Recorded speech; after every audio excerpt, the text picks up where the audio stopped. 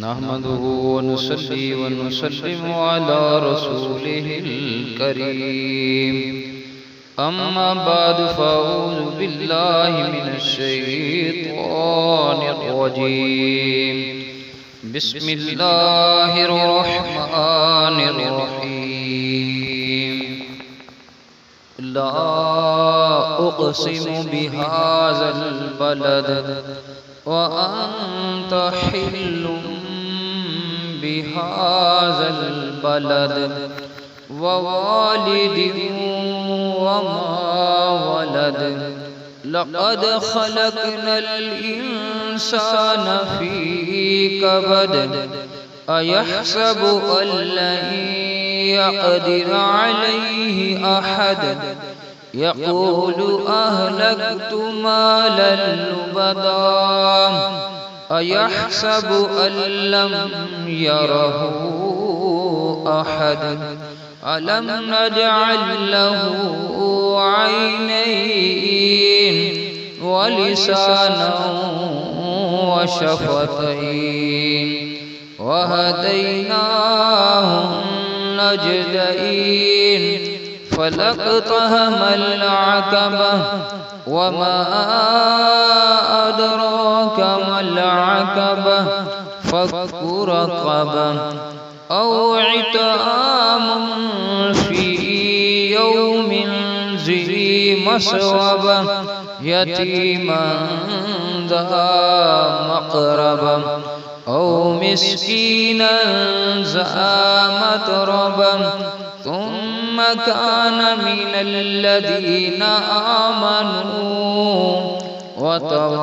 وتواصوا بالصبر وتواصوا بالمرحمة أولئك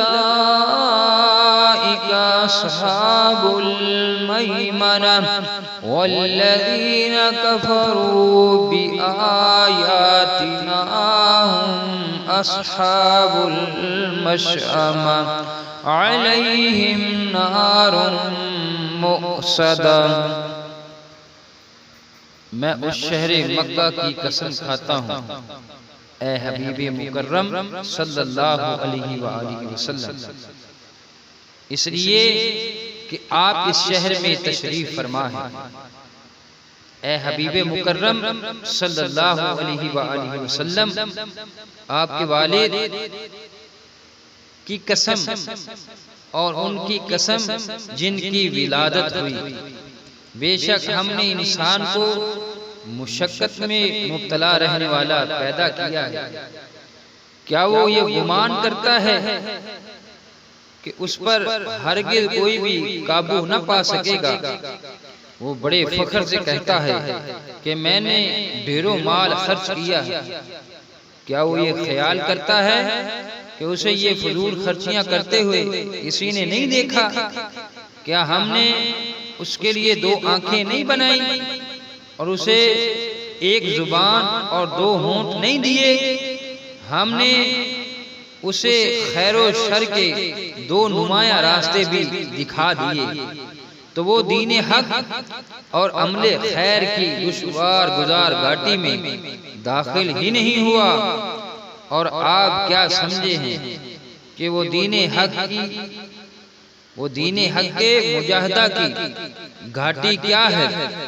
وہ غلامی و محکومی کی زندگی سے کسی گردن کا عداد کرانا ہے، یا بھوک والے دن کھانا کھلانا ہے قرابت دار یتیم کو، یا شدید غربت کے مارے ہوئے محتاج کو جو محض خاک نشین اور بے گھر ہے۔ پھر شرط یہ ہے کہ ایسی جد و جہد کرنے والا وہ شخص ان لوگوں میں سے ہو جو ایمان لائے ہیں اور ایک دوسرے کو صبر و تحمل کی نصیحت کرتے ہیں اور باہم رحمت و شفقت کی تاکید کرتے ہیں۔ یہی لوگ دائیں طرف والے ہیں، یعنی اہل سعادت و مغفرت ہیں، اور جن لوگوں نے ہماری آیتوں کا انکار کیا وہ بائیں طرف والے ہیں، یعنی اہل شقاوت و عذاب ہیں، اور ان پر ہر طرف سے بند کی ہوئی آگ چھائی ہوگی۔